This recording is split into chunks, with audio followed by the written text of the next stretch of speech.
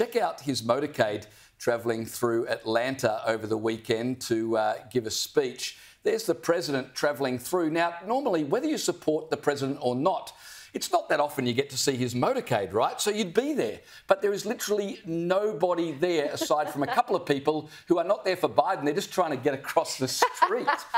So you've got these two situations, right? When Trump is in court in New York, they barricade a couple of blocks so that protesters can't, or sorry, supporters can't get near him. But when Biden is in town, they just ban photographers from using a wide-angle lens because they don't want you to see. No one is there. And that's Atlanta, Georgia, which is, you know, a really blue part of town, right? And they still can't get anyone to come out. It's Nobody can. It's the greatest argument against us ever becoming a republic because, you know, you've got the king or the queen or whoever comes out. Everyone lines the streets. We don't want another bloody politician. They're sick of politicians. We don't want to stand on the side of the road and look at a politician. But it's like during the beginning of Trump's trial in New York, when he went down after court one day and made a visit to a bodega, which is a convenience store, what they call a convenience store, a bodega in the US. And he went there because there was a former worker who'd been there, who'd been pursued by the cops for defending himself against a robber, etc. Went down for a bit of a political stump speech, and there's people everywhere and supporters, and we love you, Trump, and kids in school uniforms shouting out to him, whatever. So the next day or a couple of days later, Biden then decided he was going to do the same thing. And he pulled into a servo or something and walked in, and no one wanted a bar of him, right? It was just like...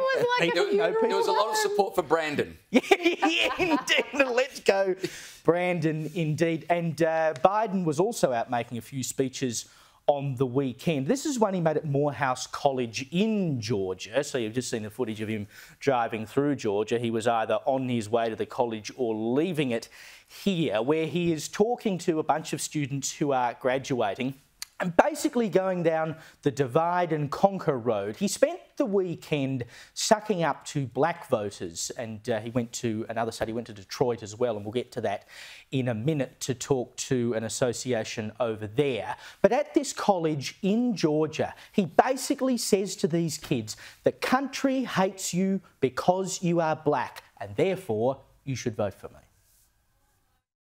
You missed your high school graduation. You started college just as George Floyd was murdered. And there was a reckoning on race.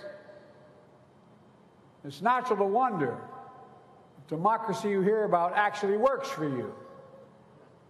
What is democracy? If black men are being killed in the street, what is democracy? The trail of broken promises still leave black communities behind. What is democracy? You have to be 10 times better than anyone else to get a fair shot. And most of all, what does it mean, as we've heard before, to be a black man who loves his country, even if it doesn't love him back in equal measure?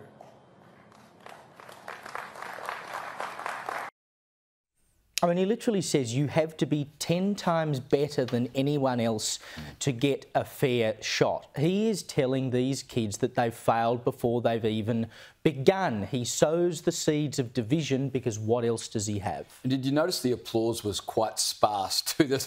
There were as many people clapping as there were on the pavement watching his motorcade because they know he's a race baiter, and that kind of talk to a mostly black student body is incredibly dangerous because it's incitement. Yes, and which is why he brings up George Floyd, because we know how big a deal that was in the States. Literally saying, what is democracy if black men are being killed in the street? Mate, if you look at your own 2023 interracial homicides, 86 blacks were killed by whites and 488 whites were killed by blacks. So don't be ripping those stats out in your speech talking to a university of young black men in Georgia, for crying out loud. This guy is such a shill, and he's shown time and time again.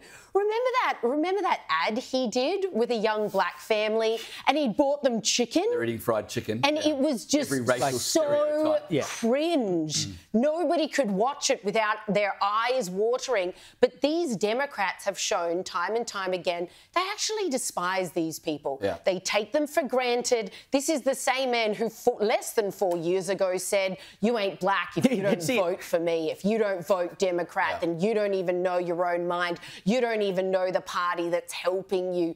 Do us a favour. They do nothing but insult them while expecting to be favoured with their vote. And while Biden despises black people, the media despise Christians. Just before we move on to other topics, I've got to show you this headline from the Sydney Morning Herald. Make America godly again. Christians refuse to lose faith in Trump. That was the headline in the SMH. And what I thought was funny about this, Liz, is that they said they can't believe Christians are supporting Trump. Don't they know that Trump is a bit sort of, liberal on abortion maybe, and he's friendly with LGBTQ people? So according to the Sydney Morning Herald, you're not a true Christian if you're not completely anti-abortion and completely anti-LGBTQ. But tomorrow they'll say you're an extreme Christian radical if you are hardline on abortion and hardline on sexuality and issues of trans. Yeah. So the media have it both ways. I just thought it was quite hysterical how suddenly they're saying you're not a real Christian unless you're completely anti-abortion and completely anti-LGBTQ people. Yeah, well, despite Trump's failings, he's still better than Satan, which is your other option, in my humble opinion.